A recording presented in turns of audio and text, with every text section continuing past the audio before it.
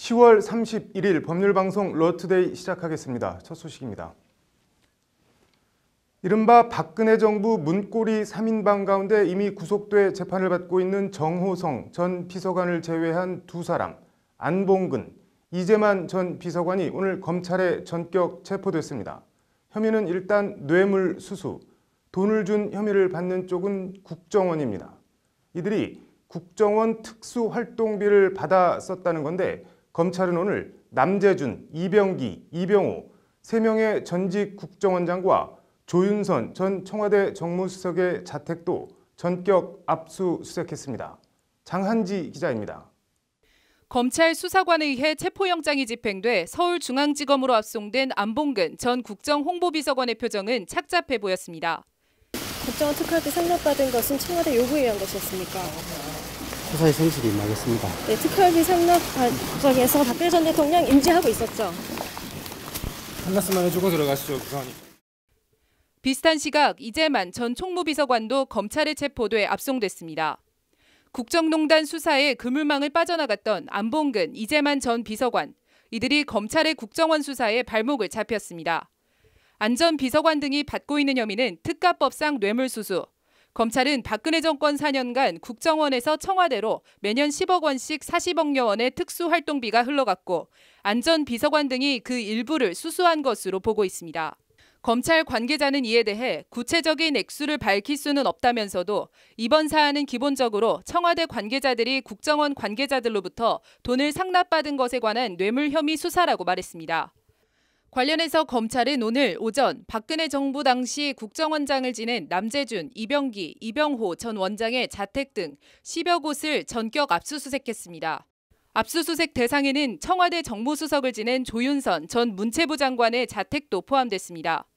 조 전 장관도 청와대 근무 당시 주기적으로 국정원 특수활동비를 받아 쓴 것으로 검찰은 의심하고 있습니다.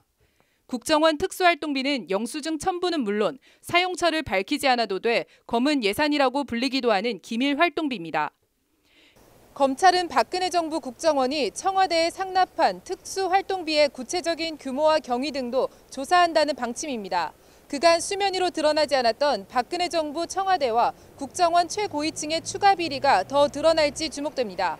법률방송 장한지입니다. MB정부 국정원의 방송 장악 의혹과 연예계 블랙리스트 관련 백종문 MBC 부사장과 이우용 전 라디오 본부장이 오늘 검찰에 소환됐습니다. 검찰은 또 MBC 대주주인 방송문화진흥회 김우룡 전 이사장 자택을 압수수색한 뒤 김 전 이사장을 소환 조사했습니다. 블랙리스트를 기획, 실행한 혐의 등을 받고 있는 추명호 전 국정원 국익정보국장도 다시 불려나왔습니다. 국정원 방송장악 검찰 수사가 가속도를 내고 있습니다. 석대성 기자입니다. 피의자 신분으로 검찰에 불려나온 이우용 전 MBC 라디오 본부장은 취재진의 쏟아지는 질문에 아무런 답변 없이 검찰청사로 곧장 들어갔습니다. 김미아 씨 하차는 국정원 지시에 따른 것이었습니까? 국정원 적폐청산 태스크포스 조사 결과 이 전 본부장 재임 기간 원세훈 전 국정원장은 특정 라디오 진행자의 퇴출이나 프로그램 폐지를 지시했고 국정원은 그 결과까지 청와대에 보고한 것으로 드러났습니다. 실제 당시 김미화, 윤도현 씨 등 MBC 라디오 간판 진행자들이 뚜렷한 이유 없이 프로그램에서 퇴출됐고 소속사가 세무조사까지 받는 경우도 있습니다. 오후엔 백종문 MBC 부사장이 검찰에 불려나왔습니다. PD수첩 최승호 PD 등을 가만둘 수 없어 잘랐다는 이른바 백종문 녹취록 파문의 주인공입니다. 오늘 낮 검찰에 소환된 김우룡 전 박문진 이사장은 2010년 한 인터뷰에서 김재철 MBC 사장이 큰 집 청와대에 불려가 조인트를 맞고 깨진 뒤 좌파를 정리했다는 요지로 발언해 큰 무리를 빚은 바 있습니다.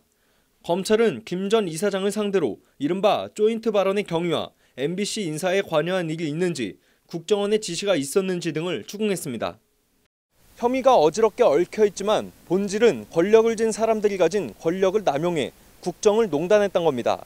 검찰은 조사를 마치는 대로 추명호 전 국장에 대해 직권남용 등 혐의로 영장을 재청구할 방침입니다. 법률방송 석대성입니다. 세월호 참사 수습 비용 등으로 정부가 고 유병원 세모그룹 회장의 장남 유대균 씨를 상대로 낸 430억 원대 구상금 청구 소송 1심에서 정부가 패소했습니다. 정부가 쓴 돈을 유대균 씨가 주지 않아도 된다는 판결인데 판결 사유를 이철규 기자가 전해드립니다. 정부는 지난 2015년 9월 유대균 씨를 상대로 430억 9,400만 원의 구상금 청구 소송을 냈습니다. 세월호 참사 수습 비용 등을 세월호 소유주이던 청해진해운 대신 국가가 먼저 지급했으니 그 돈을 돌려달라는 소송입니다. 국가가 세월호 침몰 사고 원인을 제공한 자에 대해 구상권을 청구할 수 있다는 세월호 특별법 조항에 따른 조치입니다.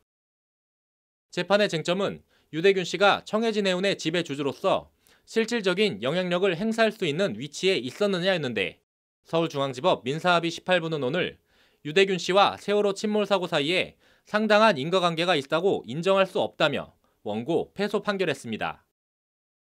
유대균 씨가 청해진해운의 대주주 지위에 있었던 건 맞지만 세월호 수리나 증축, 운항 등을 직접 결정했거나 지시했다고 보기는 어렵다는 것이 법원의 판단입니다. 고 유병언 회장이 한 일에 대해 아들이더라도 유대균 씨의 책임을 물을 수 없다는 취지의 판결입니다.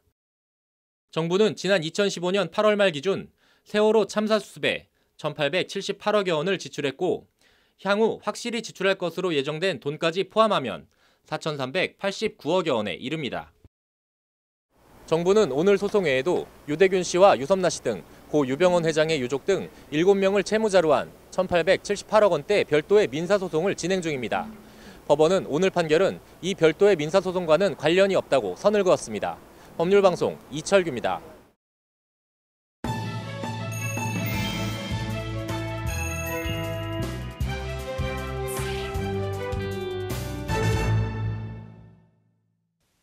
네, 이혼 전문 변호사, 성범죄 전문 변호사, 이런 변호사 광고들 보셨을 것 같은데요. 변호사를 찾을 정도면 어쨌든 상당히 급박하거나 곤란한 상황일 텐데 이런 무슨 전문 변호사라는 광고를 보면 혹할 수밖에 없을 것 같습니다. 그런데 이런 전문이라는 용어는 어떤 경우 무슨 기준으로 붙일 수 있는 걸까요? 상식과 원칙이 통하는 사회, 법률방송 로투데이 현장기획 김효정 기자입니다. 포털사이트 변호사 광고입니다. 이혼 전문 변호사, 성범죄 전문 변호사 등 특정 분야를 전문으로 한다는 변호사 광고를 어렵지 않게 찾을 수 있습니다. 전문이라는 용어를 붙이지 않아도 이미 법률 전문가인 변호사들에게 특정 분야 전문이라는 용어는 어떤 기준으로 누가 부여해 주는 걸까요? 일단 전문 변호사의 전문이라는 용어는 대한변협의 변호사 전문 분야 등록에 관한 규정에 따라 부여됩니다. 법조 경력 3년 이상, 해당 전문 분야 관련 교육 14시간 이상 이수, 최근 3년 내 해당 분야 사건 통상 30건 이상 수임 등의 조건을 모두 충족해야 합니다. 이런 자격을 갖추면 광고에 쓸 수 있는 전문 변호사 분야는 부동산, 의료, 방송통신, 상속 등 59개 세부 분야가 있습니다. 큰 틀에서 특정한 법 규정이나 조항이 따로 있는 분야들입니다. 반면 변호사 광고에서 흔히 볼 수 있는 성범죄 전문 변호사, 이런 전문 분야는 변협 전문 분야 등록표엔 없습니다. 따라서 성범죄 전문 변호사 같은 표현의 광고는 모두 규정 위반입니다. 성범죄 전문 변호사라는 광고를 클릭해 들어가면 보통 형사법 전문 변호사라고 다시 표기를 해놓은 것도 이 때문입니다. 관련해서 대한변협이 오늘 전문 변호사 광고 제도를 대대적으로 손봐야 한다는 취지의 토론회를 열었습니다. 변호사는 일반 법률 사무 전체를 직무로 하는 법률 전문가 이외에도 전문 표시 사용을 제한하는 것에 대해 근본적인 검토가 필요하다는. 변호사는 이미 법률 전문가인데 그게 특정 분야라고 해서 전문 용어 사용에 제한을 두는 것 자체가 문제라는 겁니다. 분야에 관계없이 전문 용어 사용을 허용하되 변협의 전문 분야 등록을 한 경우 대한변협 인증 등의 표현으로 구분을 지으면 된다는 것이 변협 이호일 윤리이사의 주장입니다. 반론도 나왔습니다. 변호사가 법률 전문가라 해도 모든 분야의 전문일 수는 없는데 자의적으로 전문 용어를 쓸 수는 없다는 겁니다.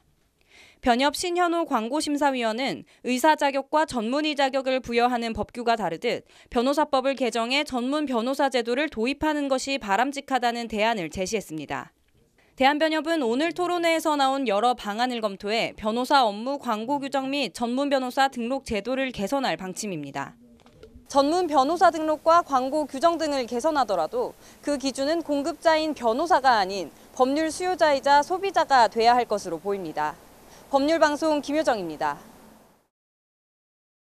네, 배우 김주혁 씨가 급작스런 교통사고로 유명을 달리해 큰 안타까움을 주고 있는데요.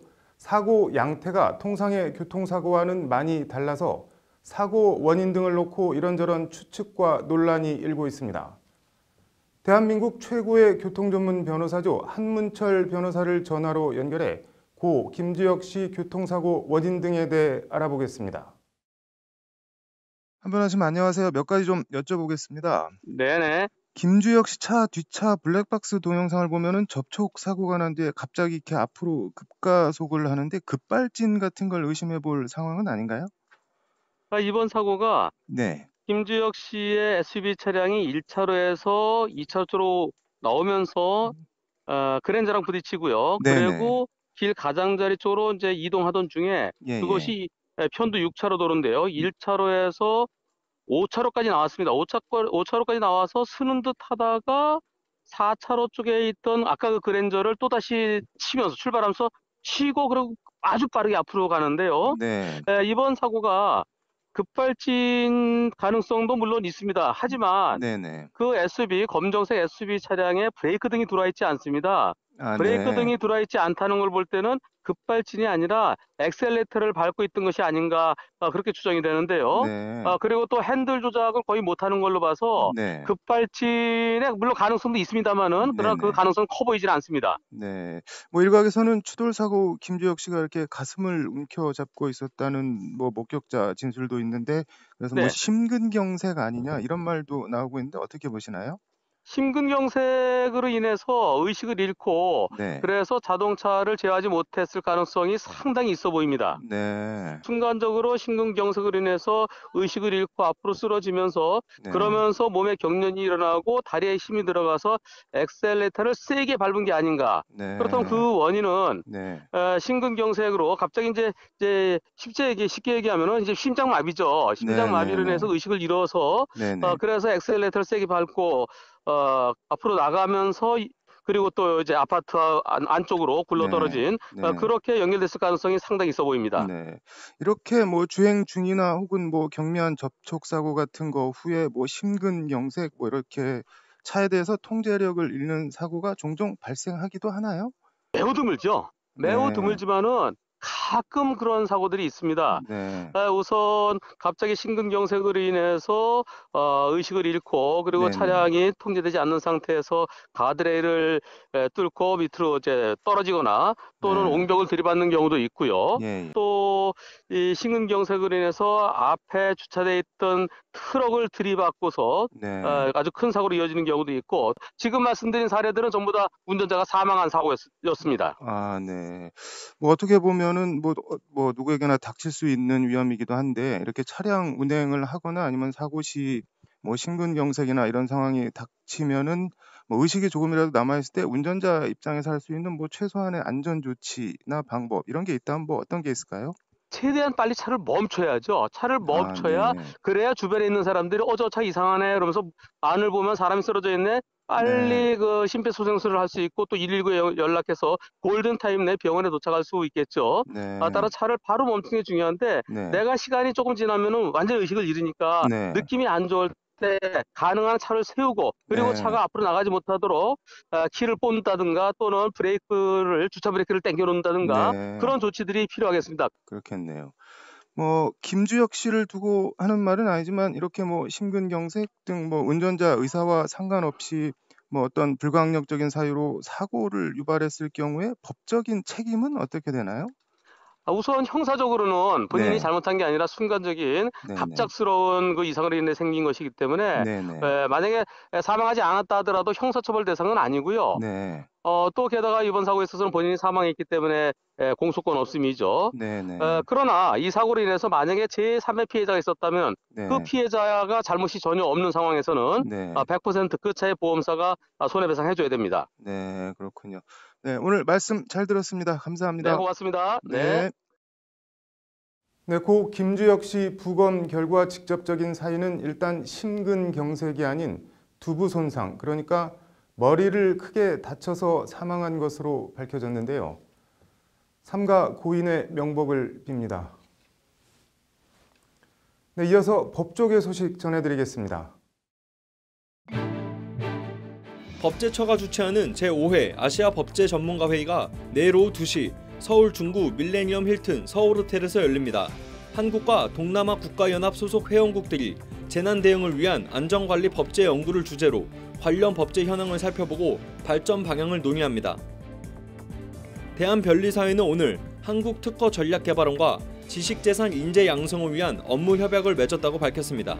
양측은 협약을 통해 지식재산 전문 교육과정과 커리큘럼을 공동 개발하고 배출된 인재들이 안정적인 일자리를 찾을 수 있도록 취업 연계 프로그램도 실시할 계획입니다.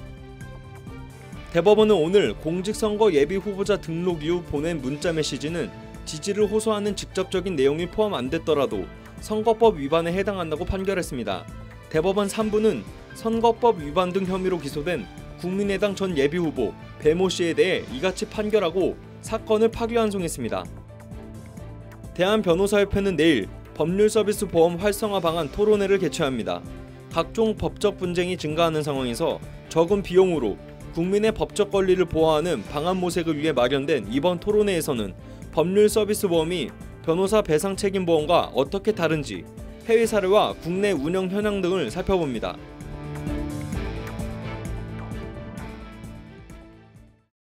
(10월 31일) 법률방송 러투데이 마치겠습니다. 시청해주셔서 고맙습니다.